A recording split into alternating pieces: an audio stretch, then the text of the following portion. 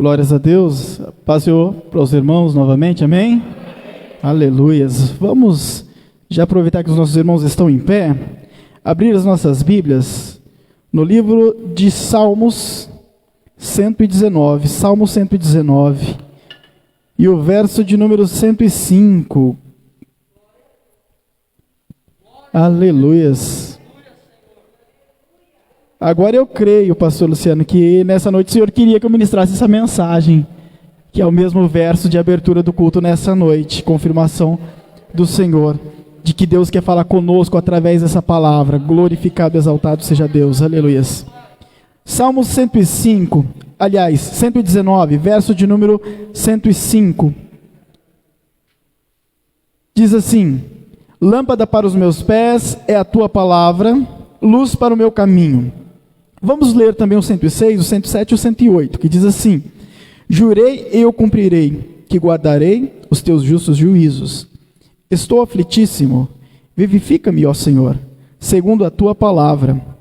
Aceita, eu te rogo, as oferendas voluntárias da minha boca, ó Senhor. Ensina-me os teus justos juízos, ou os teus juízos, em outras traduções. Tome seu assento, por gentileza. Louvado seja o Senhor Jesus. O Salmo 119, verso de número 105, é conhecido pelos irmãos. Diz: lâmpada para os meus pés a tua palavra e luz para o meu caminho, ou os meus caminhos. Bem sabemos que na época, no período em que o salmista escreveu estes salmos, não era como nos dias de hoje. Hoje, para você andar nas ruas à noite é fácil. Você tem as luzes do poste, na iluminação pública. Se faltar, você tem os faróis dos veículos, ou ainda se não tiver de veículo, você pode ainda usar a luz ou a lanterna de um celular, por exemplo. Então não é tão difícil para nós hoje caminharmos à noite. Mas para a época, era quase que impossível. Então, para alguém caminhar à noite, de acordo com a necessidade, utilizava-se de tochas, ou ainda de lâmpadas ou lamparinas. Aqui em nossa tradução está como lâmpadas, que nada mais era como um recipiente feito de barro ou argila, onde se colocava o óleo, que era um azeite, servia como combustível, e através de um pavio, que obviamente era aceso, aquele combustível ia se esgotando. E a lamparina ficava acesa até, obviamente, que o combustível estivesse dentro daquele recipiente. Esta era a lâmpada que o salmista está mencionando aqui. Ou ainda a lamparina, como nós podemos encontrar em outras traduções, em outras partes da Bíblia Sagrada. E quando se saía à noite, então, qualquer um que precisasse, utilizava-se de uma lâmpada para iluminar onde ele estava e o caminho que ele deveria seguir. Por isso o salmista diz: lâmpada para os meus pés e luz para o meu caminho. Por que lâmpada para os meus pés primeiro e depois luz para o meu caminho? Porque para nós sabermos para onde nós temos que ir, nós precisamos saber primeiramente aonde nós estamos. Como eu vou saber para onde eu devo ir, que caminho eu devo seguir, se eu não sei aonde estou? Se eu não sei aonde eu me encontro? Então eu tenho que primeiro clarear o que está à volta de mim, os meus pés. E então todo o percurso vai sendo iluminado de acordo com a necessidade. Esse é o poder da palavra de Deus na vida do homem. Lâmpada para os meus pés é a tua palavra e luz para o meu caminho. Então lembre-se, para você saber para onde você deve ir, que caminho seguir, você precisa saber primeiramente aonde você está. Todos nós queremos da parte de Deus um algo, alcançar um algo. E isso constantemente. Sempre vai existir um algo que nós queremos alcançar da parte de Deus. Eu não sei qual é o seu algo que você precisa alcançar. Mas neste momento, através dessa palavra, eu acho que você já está começando a lembrar daquilo que você tem buscado diante de Deus. Eu acho que você já está se recordando do que você tem pedido nas suas orações, nos seus clamores, nas madrugadas, nos momentos em que você tira aquele período de oração, ou durante o dia a dia, nos seus afazeres, em que você tem clamado, buscado em Deus e esperado no Senhor.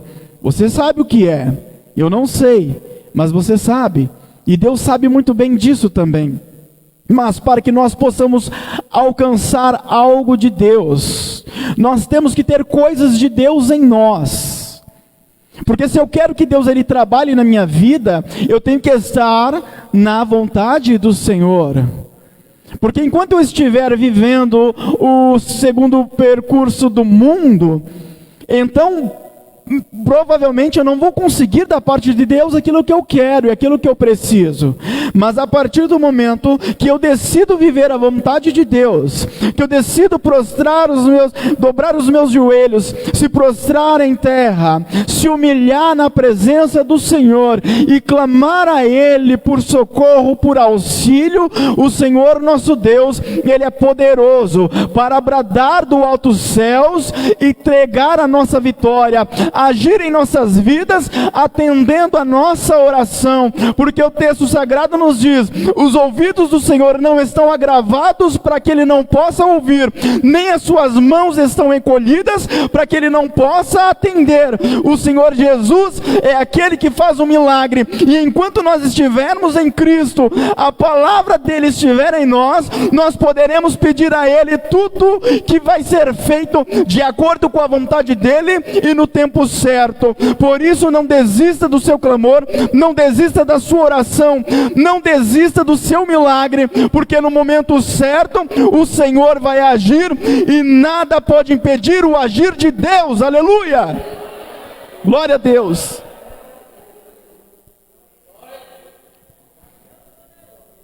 Mas para alcançarmos algo da parte de Deus, nós precisamos de 3 coisas. Que o Senhor toque em meu coração em compartilhar com os irmãos nessa noite. 3 coisas nós precisamos. O texto do verso de número 106 diz: jurei, eu cumprirei, que guardarei os teus justos juízos. O que o verso está falando sobre?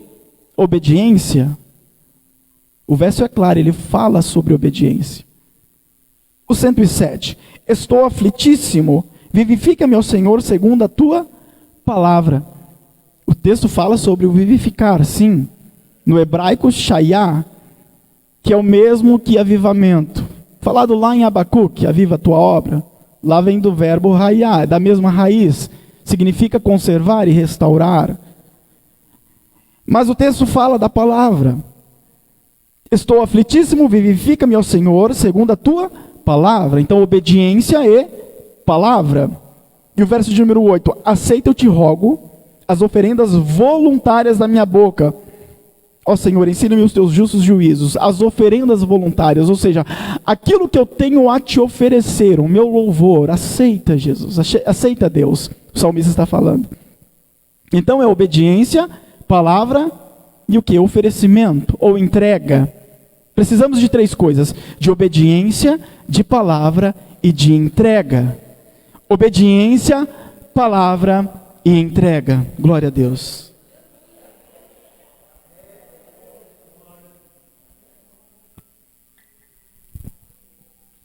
Obediência.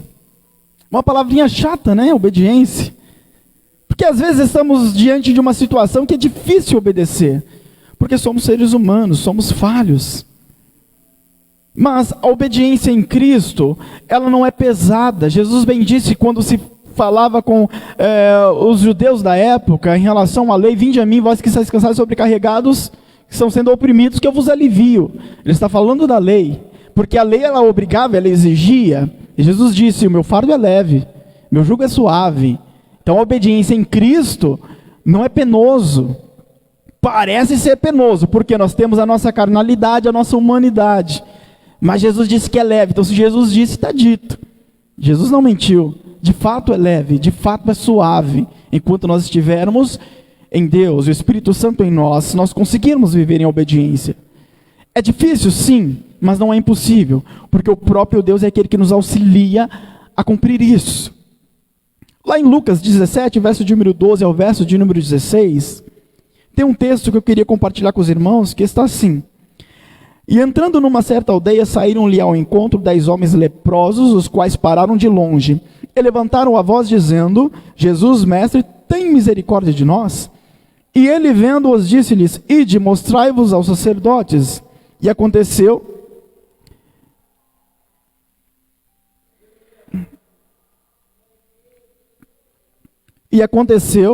que, indo eles, ficaram limpos. E um deles, vendo que estava são, voltou glorificando a Deus em alta voz. E caiu aos seus pés com o rosto em terra, dando-lhe graças, e este era samaritano. O texto é claro, não necessita de grandes interpretações para compreendermos ele.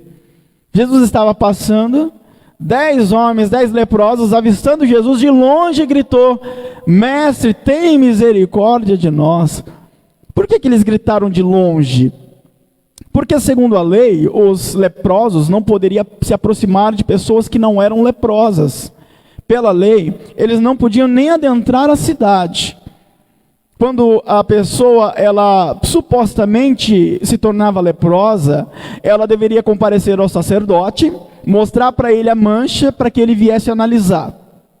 Se a mancha fosse de fato suspeita, mas ainda não afirmativamente uma lepra, então ele pedia para que aquele homem, aquela pessoa aguardasse e posteriormente retornasse ao sacerdote e mostrasse de novo para ver se a mancha evoluiu ou não. Dependendo da situação, se de fato fosse constatada uma lepra, o sacerdote declarava aquela pessoa imunda. E por lei ela deveria sair dali gritando: leproso, leproso, e erguendo as mãos. Por quê? Para que todas as pessoas que estivessem ali viessem se afastar dele. Porque a lepra era contagiosa e alguém poderia pegar aquela mesma doença. Então por lei ele tinha que sair gritando: leproso, leproso. E as pessoas iam saindo, e ele saía da cidade, não podia ficar na cidade. Ele ficava em um tipo de leprosário, cavernas, fora da cidade, qualquer lugar que seja fora da cidade. Então, quando os leprosos eles avistam Jesus, eles gritam de longe: Jesus, tem misericórdia de nós. Porque eles não podiam se aproximar de Jesus, e nem das pessoas que estavam com Jesus naquela ocasião. E então Jesus diz para eles: olha, vai lá e mostra aos sacerdotes. Por que Jesus diz isso? Porque quando a pessoa que era leprosa, supostamente estava sendo curada, as lepras estavam desaparecendo, ela deveria ir ao sacerdote e mostrar: olha só, as manchas estão sumindo, ainda sou leprosa ou não? Então, de acordo com a análise do sacerdote, ele era declarado ainda imundo ou limpo. Então Jesus diz para ele: vai lá e mostra aos sacerdotes. Mas sabe o que é interessante aqui, amado, nessa passagem? É que Jesus falou para eles irem aos sacerdotes mostrar, só que a lepra ainda estava lá. Eles ainda não tinham sido curados. E pela lei eles só podiam entrar na cidade se a lepra já estivesse sumindo ou tivesse desaparecido. Eles só poderiam se chegar ao sacerdote se a lepra não estivesse mais ali ou já estivesse sumindo. Jesus de longe diz: vai lá e mostra aos sacerdotes. Amado, a Bíblia diz, o texto diz que eles foram, eles obedeceram a Jesus. Mas poderia acontecer, não estou falando que aconteceu, de um olhar para o outro e falar: mas espera aí, Jesus, ele não está bem ajustado, porque a lei diz que nós devemos ir se a lepra estiver desaparecendo, nós ainda estamos leprosos. Eles poderiam gritar para Jesus e falar: Jesus, não vamos não, porque a lepra ainda está aqui, não faz sentido, não tem lógica eu entrar na cidade ainda leproso e mostrar para o sacerdote se eu ainda estou leproso, se nós estamos leprosos. Não tem lógica isso, Jesus. Mas sabe o que eu quero compartilhar com os irmãos a respeito de obediência? É que a obediência, ela não pode depender daquilo que eu vejo. Eu vou repetir: a obediência não pode depender daquilo que você vê, daquilo que você enxerga. Você olha à sua volta e tudo está desmoronando. Você olha para as suas necessidades, para o seu ponto de chegada que você vê lá na frente, mas ainda não chegou. O milagre ainda não aconteceu. A luta ainda está travada. Não tem milagre nenhum, não tem vitória nenhuma, mas a obediência não pode depender daquilo que eu vejo. A minha obediência a Deus tem que ser, ainda que eu não veja um milagre acontecendo em minha vida, eu devo obedecer ao Senhor, aleluia. Porque obedecer a Deus no momento de bonança não é difícil, amado. Eu quero ver obedecer a Deus no momento da tribulação. Quando você dobra o seu joelho para falar com Deus e parece que a sua oração ela não valeu de nada, aí é difícil de obedecer a Deus. Quando você louva o Senhor e parece que o louvor não foi recebido por Deus. Quando você se esforça para fazer algo na obra de Deus e parece que as coisas elas não se desenrolam. Parece que o adversário se fortalece a cada dia mais e não vemos saída, não vemos porta aberta, não vemos nada. Obedecer a Deus nessa situação é difícil, meu querido, mas a obediência não pode depender daquilo que nós vemos, porque o Senhor Deus, Ele é nas nossas vidas e nós obedecemos a Ele pela fé. Se Deus fizer um milagre, eu obedeço a Ele. Se Ele não fizer um milagre, eu obedeço também. Eu sirvo a Deus não por aquilo que Ele tem para me dar, mas por aquilo que Ele é na minha vida. Aleluia! Oh, glória a Deus, aleluia, Jesus. A palavra obediência vem do hebraico shamá, que significa ouvir, ou ainda dar ouvidos. Foi o que os leprosos fizeram, eles deram ouvidos a Jesus, mesmo sem ver o milagre acontecendo. Mas um dos leprosos, o texto diz que eles foram curados. Antes de chegar lá, eles já foram curados, o milagre aconteceu. Obedeceram a Deus, a Jesus, mesmo sem ver o milagre. E eles foram curados, mas o texto diz que um deles retornou e para agradecer a Jesus. E Lucas, no verso de número 16, ele deixa claro, e caiu aos seus pés com o rosto em terra, dando-lhe graças, e este era samaritano.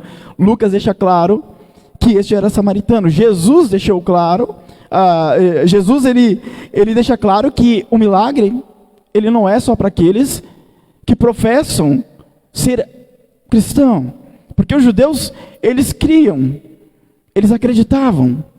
E os 10 leprosos acreditavam, eles obedeciam à lei, os judeus obedeciam à lei, os leprosos obedeciam à lei. Tanto é quando Jesus diz, vai e mostra os sacerdotes, eles foram por obediência à palavra de Jesus e também à lei. Mas o samaritano, meu querido, ele não precisava obedecer à lei, sabe por quê? Porque a lei não se aplicava aos samaritanos, somente aos judeus. Então se o samaritano fosse lá até os sacerdotes, eles iam falar para ele, os 9 eu entendo, mas você, o que faz aqui? Pode ir embora. Porque a lei não se aplica a você, você é samaritano, você não é judeu. Mas o samaritano também foi, e este foi curado. Foi o único que retornou para agradecer a Jesus. Mas o interessante nessa questão, é que o samaritano, ele foi até Jesus, ele foi aliás até os sacerdotes, para poder mostrar ao sacerdote, e sendo curado ele retornou.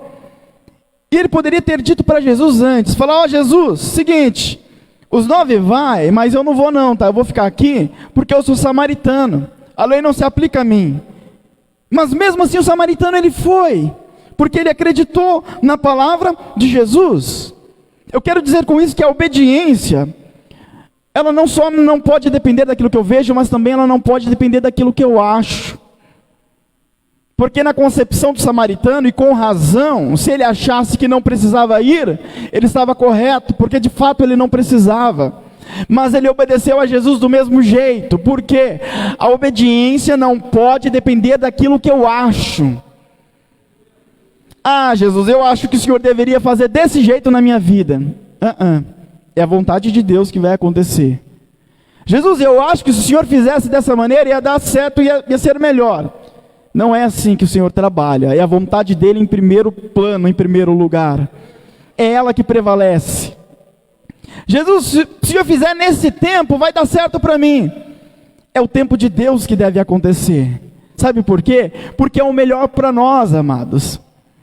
Então não adianta você querer colocar os carros na frente do boi, porque não vai dar certo. Não vai funcionar para você, você não vai alcançar nada desse jeito. Mas quando você passa a obedecer a Jesus, independente daquilo que você acha, seguindo a vontade do Mestre, o milagre de Deus acontece, aleluia! Oh, glória a Deus! A obediência a Deus, ela gera a nós benefícios, bênçãos. Então você não tem nada a perder com isso. Se você quer chegar a algum lugar, se você quer alcançar algo, saiba, precisa da obediência. Nós precisamos da obediência. Segunda coisa que nós precisamos, da palavra. Sem obediência, sem a palavra, não vai dar certo. Ah, irmão, mas eu ouço a palavra quando eu estou na igreja. Amém, bênção de Deus. Mas não é o suficiente. Jesus disse que a palavra de Deus, ela é o nosso pão de cada dia, ela é nosso alimento. Não só de pão viverá o homem, mas sim de toda a palavra que sai da boca de Deus. Então a palavra de Deus é o nosso alimento. Então sem a palavra de Deus, desfalecemos. Precisamos dela. E lá em Lucas capítulo 5, verso 4, verso de número 5, tem um texto que diz assim: E quando acabou de falar, disse a Simão: Faze-te ao mar e lançai as vossas redes para pescar. E respondendo Simão, disse-lhe: Mestre, havendo trabalhado toda a noite, nada apanhamos, mas sobre a tua palavra lançarei a rede. Jesus estava em um barco, ensinando, e os ouvintes estavam em terra. Só que ele tinha mais barcos. Tinha Pedro e mais alguns ali com ele. E Jesus ensinando e finalizando o seu ensino, olhou para eles e falou: olha, lança a rede. Pedro falou: a gente não pegou nada. Noite inteira tentando e não pegamos absolutamente nada. Mas, segundo a tua palavra, a gente vai fazer. Conhecemos a passagem. As redes se encheram de peixe, de modo que quando eles tentavam puxar, tiveram que chamar ajuda, vieram ajudar, foram colocando para dentro do barco, o barco quase tombando. O milagre de Deus aconteceu naquela noite, através daquela palavra, e foi obedecida por Pedro, foi obedecida por eles. O que eu quero falar nesta passagem sobre a palavra, é que em várias passagens do Novo Testamento, você sempre vai ver, referindo-se a Jesus como mestre. Você sempre vai ver isso. E sempre, na Bíblia Sagrada, a palavra mestre, ela vem do grego epistates. Ela vai se referir a Jesus em um sentido didático, ou seja, como um professor, como um educador, como um sábio, um rabino mesmo. Alguém que tem a transmitir e ensinar algo. Sempre numa conotação didática. Epitastes. Mas essa palavra em grego, ela tem uma segunda conotação, que é uma conotação de autoridade. Existe um único lugar no Novo Testamento que a conotação dessa palavra está no sentido de autoridade e não de forma didática. E é justamente nesta passagem aqui. Não se refere a Jesus como mestre, como um professor, mas como um comandante. Tanto é que em sua tradução, talvez se for a revista corrigida, está escrito assim como o Senhor manda, porque mandastes. Está a palavra mandar, por quê? Porque a referência aqui em Jesus, é a Jesus como autoridade. Então é a única parte na Bíblia. Então o que o Pedro está falando para Jesus? Simão, ele está falando o que para Jesus? Senhor, não pescamos nada, mas como o Senhor é a autoridade, por como o Senhor está mandando, como quem manda aqui é o Senhor Jesus, então nós vamos fazer. Eles fizeram e o milagre aconteceu, porque reconheceu quem era Jesus e reconheceu quem eles eram. Reconheceram que Jesus era maior e autoridade, e reconheceram que eles eram menores e eram servos. A obra de Deus, o milagre começa a funcionar em nossas vidas quando reconhecemos que Ele é Deus e que nós somos servos. A palavra de Deus, ela revela quem Ele é, e ela revela quem eu sou. Ela revela quem é Deus, e revela para mim quem eu sou, quem eu estou sendo. Ela revela aonde eu estou, ela ilumina os meus pés. Ela me diz quem eu sou, ela diz para mim qual é o meu comportamento. ela mostra para mim os meus pecados, os meus erros, as minhas falhas, é revelado pela palavra de Deus. Ela revela quem é Jesus, ela revela quem é o Pai, ela revela quem é o Espírito Santo. Em João 5,39 está escrito: examinai as Escrituras, porque vós cuidai ter nelas a vida eterna, e são elas que testificam de mim. É ela que dá testemunho de quem eu sou, ela dá testemunho do que eu faço, do que eu fiz, ela dá testemunho daquilo que vocês precisam saber sobre mim, sobre a minha grandeza, a minha majestade, a minha misericórdia. Está na palavra de Deus, meu querido. Por isso Satanás, o diabo, ele não quer que você leia a Bíblia, ele não quer que você busque compreensão, entendimento e sabedoria, porque é mais fácil enganar um crente que não tem palavra de Deus do que aquele que está firmado nela. Porque a Bíblia nos mostra claramente, Jesus falando, que o homem que construiu a sua casa sobre a areia é semelhante àquele que ouve a palavra, mas não atende ela, joga fora. Vem o mar, as fortes ondas, a tempestade bate contra aquela casa e ela é derrubada, porque não tem firmeza, não tem estrutura, não obedece a palavra, não tem a palavra de Deus em si. Por isso Satanás não quer que você entenda a Bíblia. É mais fácil te enganar se você não entender ela. Por isso existem muitos supostos pregadores ensinando coisas que não estão embasadas nas Escrituras Sagradas. E muitos estão acreditando e sendo levados por eles. A mídia está propagando coisas que a Bíblia diz que é pecado. E muitos cristãos que não estão embasados na palavra de Deus estão sendo levados por ela. A mídia está manipulando o coração e a mente de muitas pessoas, e de muitos cristãos, infelizmente, porque não tem estrutura na palavra de Deus. Então ela vai te levar para lá, te levar para cá, te modelar e moldar de acordo com a vontade do diabo. Mas aquele que tem a palavra do Senhor, meu amado, é moldado e modelado pelo Espírito Santo de Deus. Não tem tempestade, meu querido, que possa te derrubar. Não tem provação que possa fazer você se desviar dos caminhos do Senhor.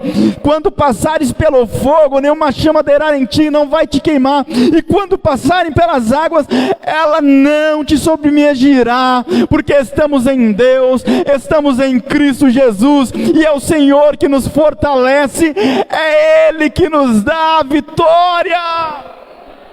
Oh, glória a Deus. Aleluia, Jesus. A palavra de Deus revela quem Deus é, e ela revela quem eu sou. Hebreus 4:12. Porque a palavra de Deus é viva e eficaz e mais penetrante do que espada alguma de dois gumes, e penetra até a divisão da alma e do espírito, e das juntas e medulas, e é apta para discernir os pensamentos e intenções do coração. Ela revela quem eu sou. Enquanto eu não conseguir olhar para mim e saber quem eu sou, quem eu estou sendo, é difícil, amado, eu alcançar aquilo que eu preciso da parte de Deus. Porque muitos estão cheios de si mesmo, não tem espaço para Deus trabalhar. A palavra soberba no hebraico se fala zud, que significa cheios de si mesmo. Imagina alguém que preenche ele mesmo. Onde Deus vai estar? Onde é que Jesus vai trabalhar, meu querido? Quando você põe as suas mãos para fazer as coisas e resolver conforme a sua vontade, por que é que Deus vai pôr a mão dele? A sua já está lá. Tira a sua mão, deixa Jesus trabalhar, dá liberdade para o Espírito Santo. Se você quer que um milagre aconteça, é só Jesus que pode fazer, meu querido. Você não vai conseguir fazer milagre nenhum. Se alguma coisa der certo, você colocando as mãos, é uma sorte muito grande, a misericórdia de Deus sobre a sua vida, mas isso não funciona. Mas quando nós deixamos Jesus fazer a obra, o milagre vai acontecer. As redes estavam sendo lançadas a noite toda, mas enquanto não veio a palavra de Jesus, não ia acontecer nenhum milagre. Pode jogar a rede 10 vezes, 20 vezes, pode jogar a rede quantas vezes você quiser, não vai acontecer nada. Mas quando Jesus falar e você obedecer a palavra, oh, Ramaga Suribicandarabalabassa, o milagre vai acontecer, meu amado. Aleluia! Oh, glória a Deus, aleluia, Jesus. Obediência, palavra. E precisamos também de entrega. Se você quer alcançar algo de Deus, e você sabe que você quer, você precisa de obediência, você precisa de palavra, e você precisa de entrega. É o texto que nós lemos aqui em Salmos, o verso 108. Aceito, eu te rogo, as oferendas voluntárias da minha boca, ó Senhor. Ensina-me os teus justos juízos. O salmista pede a Deus: aceita aquilo que eu tenho a te oferecer. Aceita. Porque o Senhor nosso Deus, amado, Ele não rejeita ninguém. Ah, irmão, eu louvo, mas eu não sei louvar direito. Meu amado, o que Deus está interessado é na sua sinceridade diante dEle. Se você não sabe louvar direito porque você não tem um esforço, é óbvio, Deus conhece a sinceridade do seu coração e pode não aceitar, não por causa de o louvor não ser bonito, mas por causa da falta de esforço. A sinceridade do seu coração está ali diante de Deus, está patente. Ele vai ver a sinceridade do seu coração. Quando você se esforça a oferecer algo para Ele, ainda que seja feio demais, mas é sincero, o Senhor Jesus, Ele recebe com alegria, aleluias. A minha filha, ela tem 4 anos de idade. Uma criança de 4 anos de idade para louvar bonita é difícil, não é?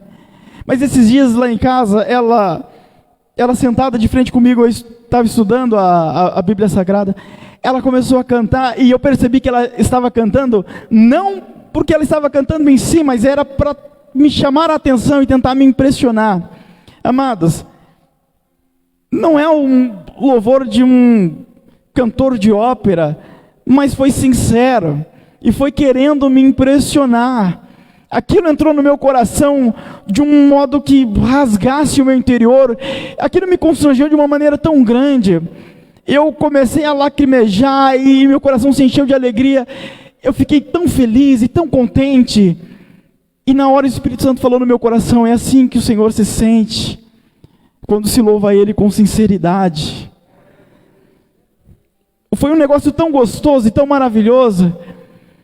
O que Deus sente é algo muito maior, sabe por quê? Porque eu sou um ser humano falha, cheio de erros e pecados, sou limitado em minhas emoções, mas Deus, Ele é puro, meu querido. Então o que Deus sente é muito maior e melhor. Então o que Deus sente quando você faz algo para Ele, amado, não tem como descrever.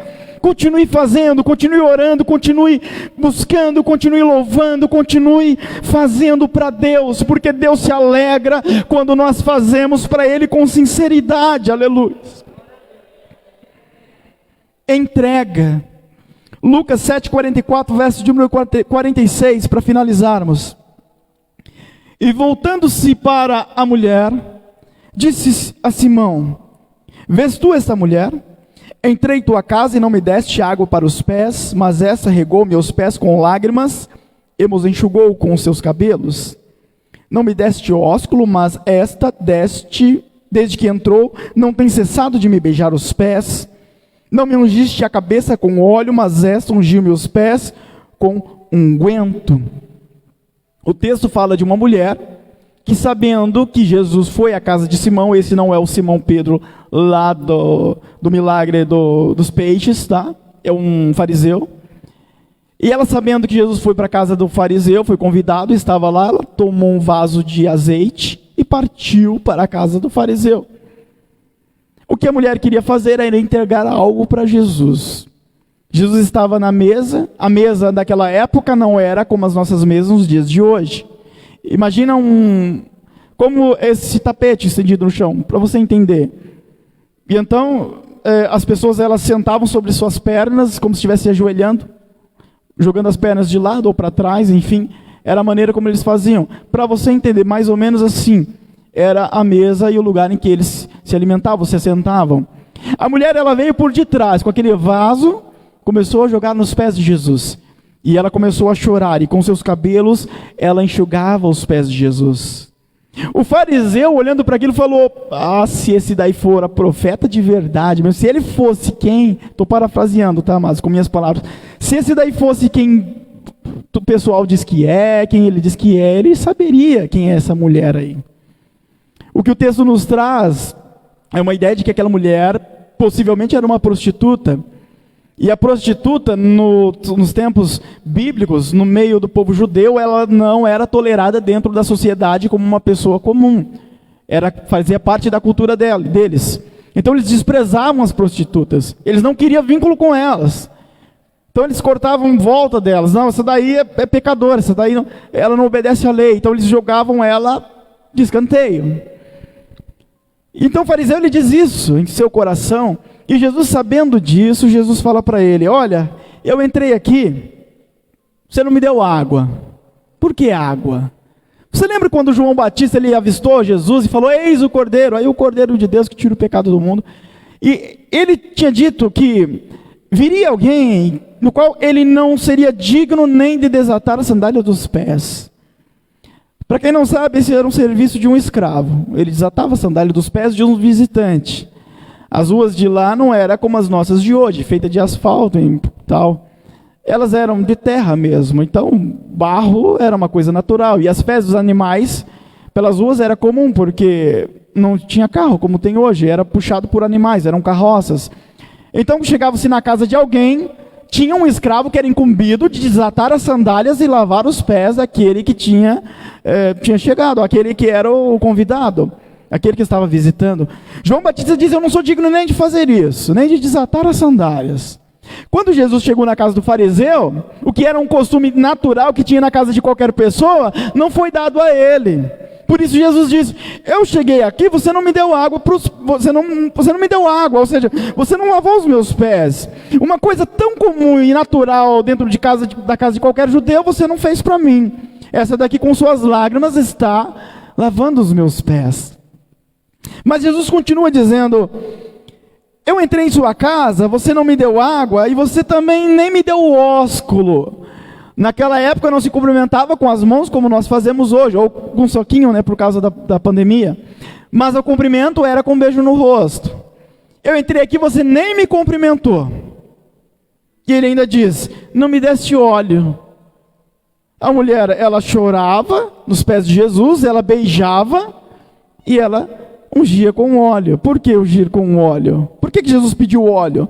Porque naquela época existia o azeite de oliva cru que tinha em qualquer residência. E quando se entrava alguém que era um mestre, um rabino, no costume deles, eles ungiam a testa, o polegar direito, a ponta da orelha direita, a polegar direito da mão e o polegar direito do pé. Era natural, era um costume entre eles. Olha, aqui está entrando um rabino. E Jesus fala para eles: nem me deste óleo, ou seja, você não me reconheceu como mestre, como um rabino. Essa mulher, ela me beija os meus pés, ela derrama suas lágrimas, ela derrama o seu óleo e ela enxuga com seus cabelos. Detalhe: o azeite de oliva cru era o óleo mais barato que existia na época. Qualquer um tinha, mas o azeite que ela estava derramando era um perfume caríssimo, que custava 300 denários. Cada denário equivalia a um dia de trabalho de um lavrador, ou seja, durante quase um ano se pagava o trabalho de um homem. Imagina, era muito caro, era um perfume caríssimo, mas aquela mulher não estava apegada a isso, sabe por quê? Porque ela queria oferecer algo a Jesus. Quando nós oferecemos algo para Jesus, meu querido, não importa o que está à nossa volta, não importa, nós queremos apenas agradar o mestre. Enquanto o fariseu, conhecedor da lei, ele estava ainda em posição arrogante, aquela mulher se prostrava, beijava, ungia e chorava nos pés do Senhor. Por isso Jesus trouxe uma parábola e deixou claro que aquela mulher estava sendo mais abençoada do que o fariseu. O que eu quero dizer é que aquele que entrega para Jesus, aquele que tem uma entrega ao Senhor, é mais abençoado. Por quê? Porque está oferecendo a Jesus aquilo que tem, aquilo que está aqui dentro, que é o que o Senhor Jesus quer de todos nós, meu querido. Como eu disse aqui essa noite, não podemos pagar o sacrifício de Jesus por nós na cruz do Calvário. O que você tem para pagar o sangue dele vertido na cruz? O que você pode alcançar em vida? Algo que possa falar: Jesus está aqui, o preço que o Senhor pagou por mim não existe. Portanto, nós temos que nos entregar a Jesus, louvar e bendizer a Ele, porque em Isaías está escrito que nós fomos criados para a glória de Deus. Deus não te fez para viver no mundo, para viver a vontade do diabo, para ser escravo do pecado, mas para estar firme em sua vontade, em sua palavra, para adentrarmos o reino celestial. Aleluia! Oh, glória a Deus!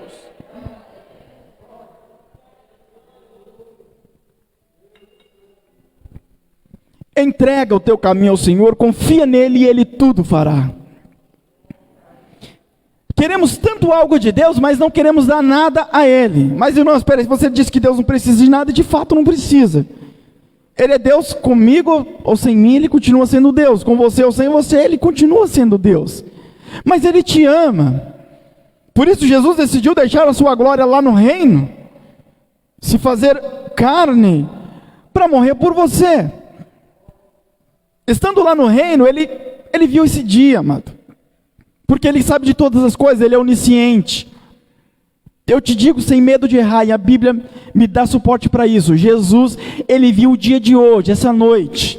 Ele viu você assentado aqui nessa cadeira, com essa roupa, com esse sentimento, com esse coração.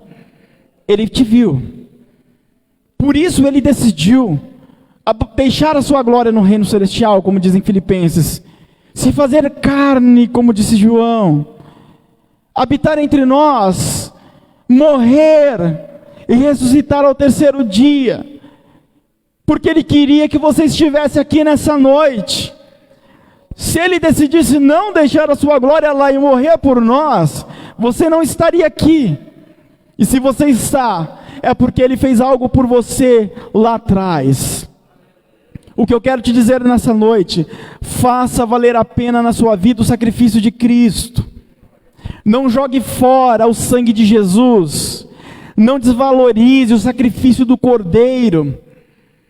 Ele foi preso naquele madeiro porque Ele te ama e Ele quer mudar a sua vida a cada dia mais. Ele que entregou a sua vida por você, amado, por nós. Amado, isso que você pede e clama para Deus, para Ele fazer isso aí, não é difícil, não, isso não é nada para Ele. Dificultoso para Jesus foi se oferecer lá na cruz, humanamente falando. Estando ali no Getsemane, Ele disse: Pai, se possível, passe de mim esse cálice, porque vai ser difícil. Tudo isso que eu tenho a viver vai ser muito difícil. Tudo isso que eu tenho que passar vai ser muito difícil. Contudo, Ele diz: que seja feita a tua vontade. Jesus não estava prestes a desistir do sacrifício, hipótese alguma. Porque foi prometido que ele passasse pela cruz. Mas o que ele ia viver até chegar no ponto da cruz era algo agonizante, a ponto de estar agoniado e suar gotículas de sangue. Isso se chama hematidrose para nós hoje, segundo a nossa ciência. Ninguém soa gotículas de sangue, meu querido, a não ser aquele que está em uma agonia extrema, além dos seus limites. Em uma outra ocasião eu perguntei para a igreja, não sei se foi aqui em outro lugar, quem já soou gotículas de sangue uma vez na vida? Ninguém vai conseguir levantar a mão, sabe por quê? Tudo que você vir a sofrer aqui é segundo o seu limite, você pode passar. Mas o que Ele passou lá na cruz do Calvário, amados, excedia o limite dele humanamente falando. E mesmo assim Jesus disse: eu vou sofrer do mesmo jeito. Eu vou passar por isso do mesmo jeito, porque não é a vontade humana minha que vai prevalecer, mas é a vontade do meu Pai, a vontade da divindade. Ele não precisava fazer isso por nós, meu querido, mas Ele fez porque Ele sabia que você estaria aqui nessa noite, buscando a presença dEle. Ele sabia que você nessa noite ia entregar algo para Ele, que é valioso. O que você tem a entregar para Jesus é valioso. Se coloque de pé nessa noite, em nome de Jesus. Coloque-se de pé em nome de Jesus, aleluias. Se você quer alcançar algo da parte de Deus, você precisa de 3 coisas: obediência, palavra e entrega. Se você não se entregar a Cristo, dificilmente as coisas vão acontecer.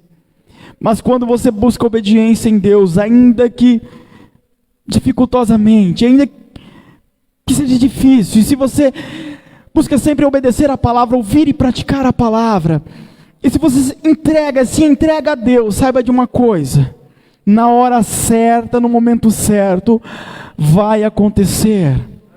Porque Deus não é homem para que minta, e nem filho do homem para que se arrependa. O Senhor diz em sua palavra, e Ele faz, Ele cumpre. Feche seus olhos neste momento, aleluias. Senhor Deus, diante da Tua presença, Pai, sabemos que Tu és maravilhoso, e que nada podemos fazer sem Teu auxílio, sem a Tua vontade, sem o Teu querer.